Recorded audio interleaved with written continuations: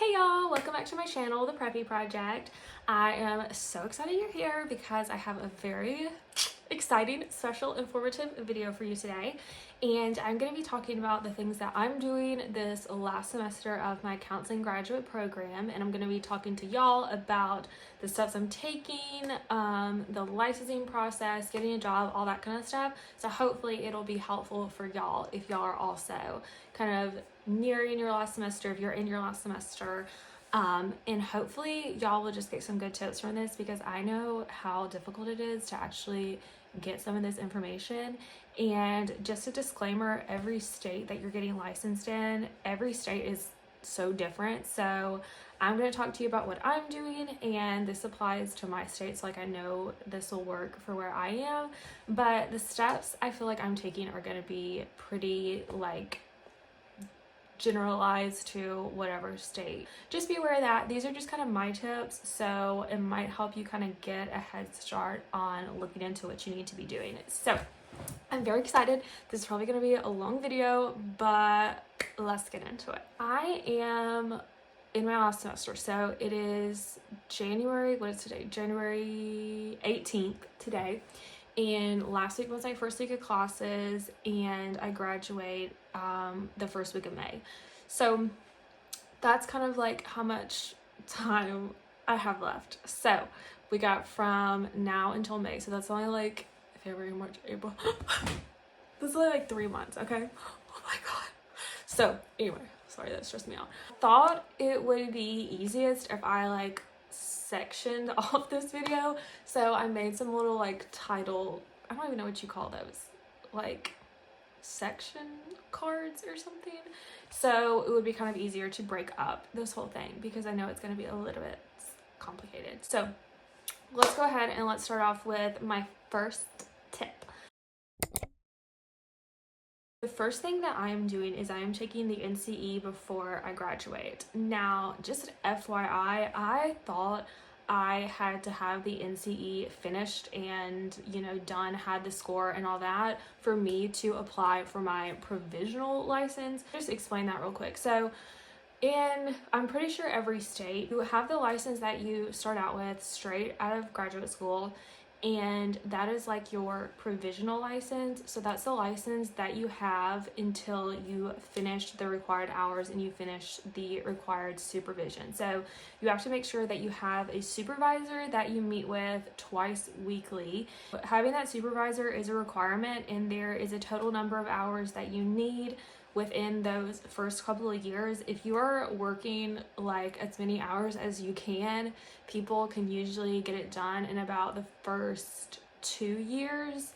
But I know most people are closer to like 3 years of having that provisional license, working towards getting fully licensed. Well, one thing is that kind of is, not super amazing, is that supervisors cost usually around $100 an hour. It's generally around $500 a month to pay for your supervision, so that's on top of everything else. So once you get to fully licensed, you don't have to pay for that supervisor anymore. Long story short, you need your NCE score for your full licensure. So your provisional licensure is that first couple years when you're under your supervisor's supervision, and then after that you're fully licensed. To get your provisional license, you don't have to have that NCE, but you do need it for your full licensure application. And everyone always recommends to take the NCE while you're still in school because it's going to be going over like your career counseling, assessments, group counseling, human development. What else? There is some cultural things, some ethical things, and so it covers all the things that you should be learning in your graduate classes. So everybody recommends, or everybody that I've talked to recommends, going ahead and taking your NCE in that last semester, and that's what my college also just recommended. So I have my NCE coming up. I'm taking it on February 1st. I don't really feel ready. I probably need to do more studying, but I'll let you know how it goes. Hopefully everyone I've talked to has taken it. It tells you at the very end either pass or fail. And honestly, I'd be more disappointed if I failed it, because that means I have to pay another like $350 to take it again. So anyway, I don't know. But, and also it kind of gives you a safety net, because I'm not saying any of y'all are not going to pass the NCE, but if you don't pass it, you have like 2 years to retake it. Go ahead and look into taking your NCE, sign up, and start studying for it. So now on to our second thing that we're going to work on. Next thing you want to do is go to your state counseling organization and like your board of counselors for your state, and go ahead and download the application you're going to be filling out for that provisional license. So I went ahead, downloaded it, looked over it, and figured out like, what do I need for when I graduate. I know for my licensure for that provisional license, I have to have a supervisor ready to go, have their name, have them sign off on this application. I have to have the place where I am working and writing that down, putting that on my application. I also have to have my official transcript, so I cannot like send in this application until I'm fully graduated. And I know that in my state, and you're gonna wanna look this up too, in my state, the board meets at the end of May. So by hopefully like whenever I graduate, like the next day, whenever it is ready to go, I am going to have that sent over there and have my license, like have my application filled out and all that, because in my state, the board meets every 2 months to review the applications they're getting. So like if you graduate, you don't have your stuff ready to go, which this isn't the end of the world, but you're gonna have to wait like those 2 months until the board meets again. So you might have everything ready in like 2 weeks, but then you gotta still wait for that board to meet, because you can't start working until you're like have the official notification or whatever from your state that you have that provisional license, so you can start working. So go ahead, see what you're gonna need for that provisional license, look up when the board meets, and make sure you just know all of that information. Moving on to our next thing, you're going to want to figure out what population you want to work with.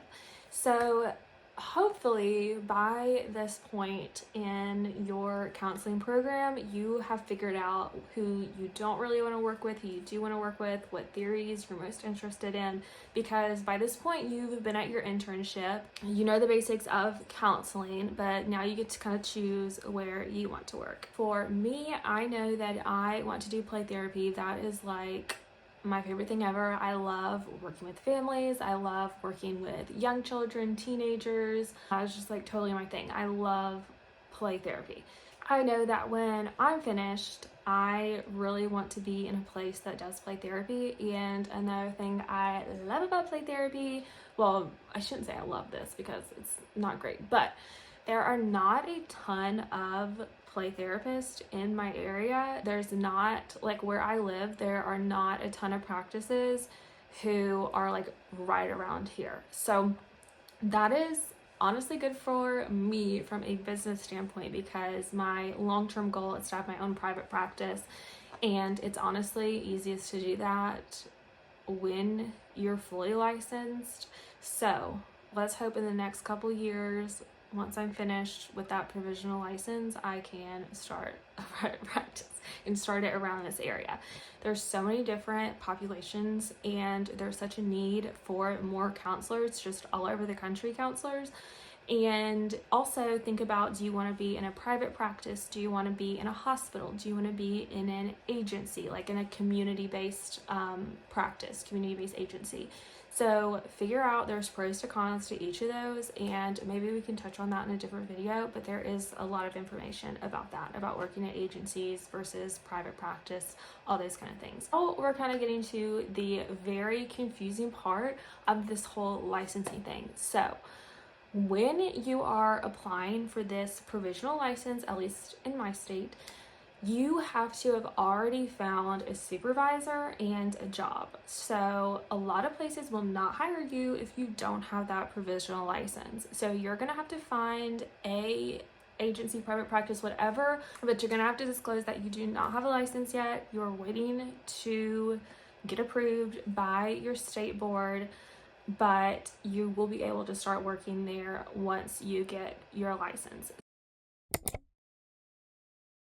You're gonna want to start looking for practices in whatever area you want to be in. Start looking at practices that you would love to be a part of. I am going to start looking now and sending out emails to practices and supervisors that I would love to work with. And this is just because it's never, well, there's times where it could be too early, but in my group supervision class that I had last week, it was super helpful because my teacher, who has her own private practice, she talked to us about like it is not too early to start now, because really counseling offices, private practice counselors, if you come to them and they are like, they feel like they mesh really well with you, you are really what they're looking for, they are okay with waiting until May, because honestly that's just 3 months.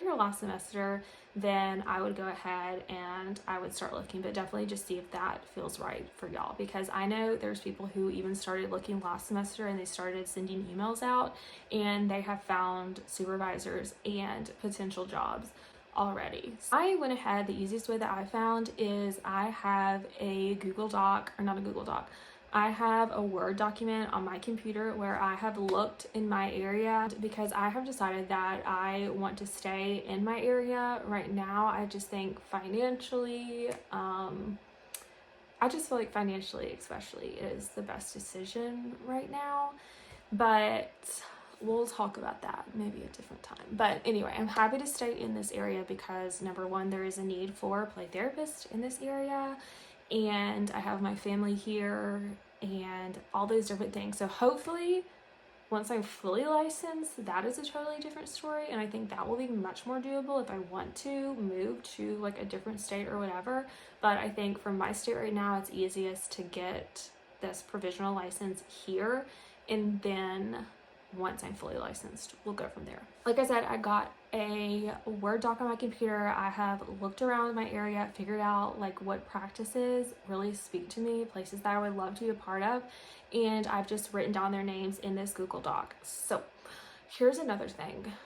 I was thinking that I was just supposed to wait until like April and then start looking on like Indeed or whatever and look at job listings, but then I found out that like a very small majority of counselors actually get hired that way, that most people, at least that I've talked to, just start like cold emailing people and being like, I'm graduating soon, would you be okay if I went ahead and sent you my resume in case any spaces open up, if you have any job openings?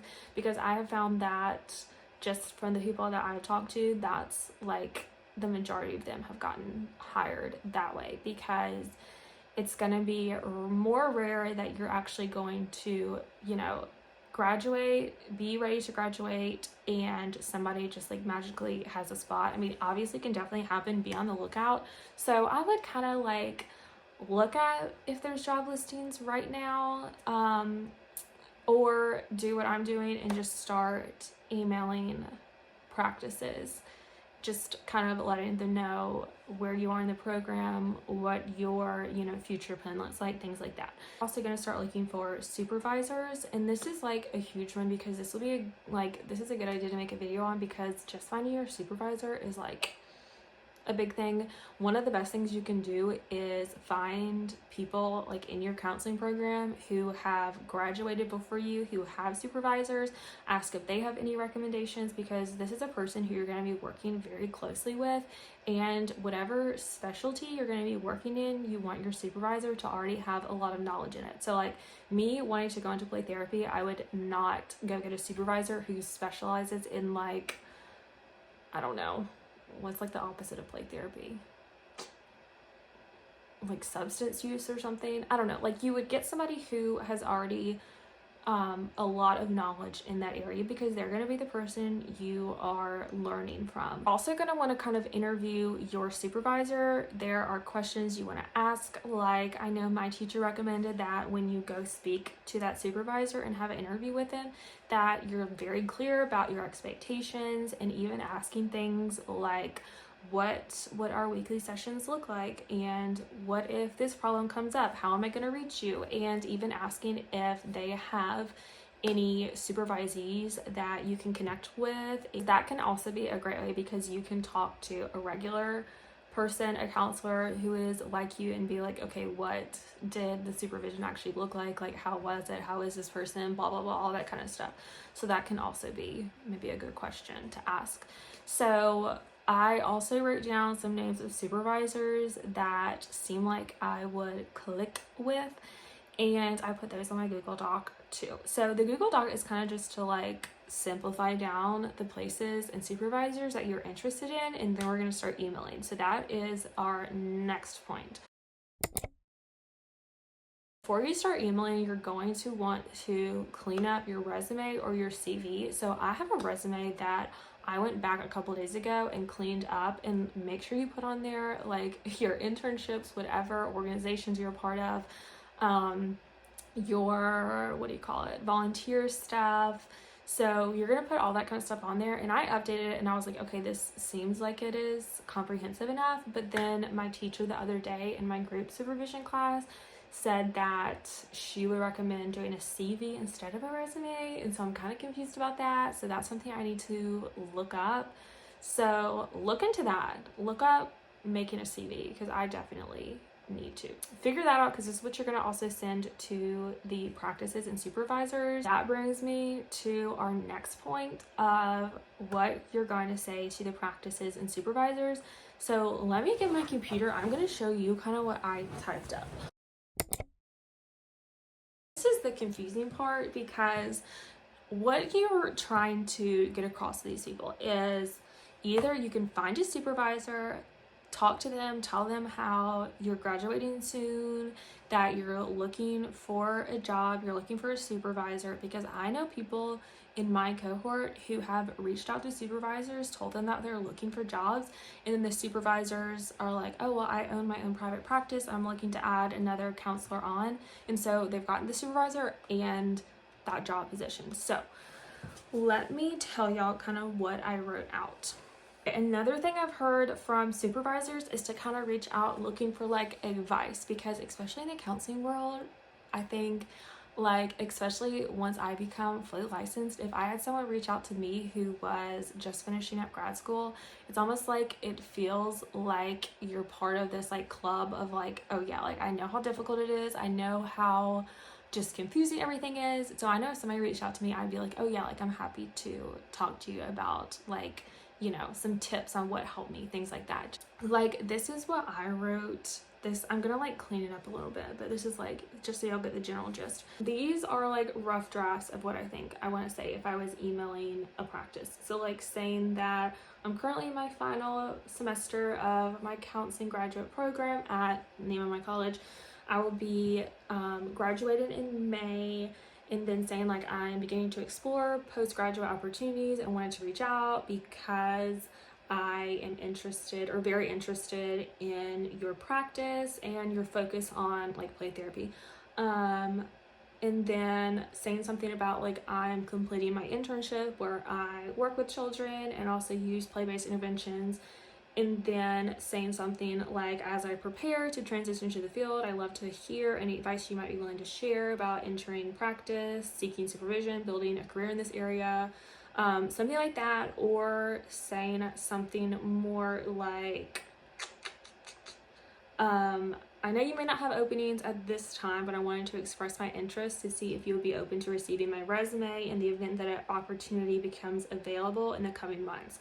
So something like that kind of like opens up the conversation of saying, you know, I'm looking for a job. Would you be willing for me to just send in my resume? So something like that, I feel like is, hopefully that gives y'all kind of a good starting point. You're just trying to kind of like get the word out there that you're graduating, that you're looking for a job and supervision. But I know some people who went ahead and found the supervisor first, and that might be easier for you. And going on Psychology Today and looking at supervisors, that is a great place to start. And maybe it starts out where don't start looking for a job, just start looking for a supervisor and go from there. So figure out what you think would work best for you. Hopefully that wasn't too confusing and that kind of gave you some ideas to get the ball rolling. I know I'm definitely excited. It's a little scary, but don't be afraid to reach out, talk to other people in your counseling program, because they are a huge asset, like your professors in your graduate program. I wish that more colleges would talk about this whole stuff, because I know if I wouldn't have had my teacher for group supervision, if it was a different teacher, we would not have talked about all the different things from this path, from graduating with your master's to getting licensed. So yeah, just know that if you feel confused, totally normal. Every single one of us feels the same way. You know, if every other person could get through this program and end up with a job and license, like, girl, trust me, you can do it too. Like, if they can do it, you can do it, okay? So, and one last thing, like, take a moment to pat yourself on the back and realize how huge of an accomplishment this is. Like, don't get caught up in the stress of everything. I know it's so easy to, and it's okay if you do, but also just realize that this is massive and something that you've worked so hard for, and that you are so deserving of this. So I'm rooting for y'all. I'm praying for y'all. If you have any questions, leave me a comment. I hope this was an informative video, and I am just sending you the most positive vibes ever. Remember that you will get through this. You are strong, and that you absolutely have the ability to overcome any obstacles that come your way. So love y'all, and I will see y'all on my next video. Bye.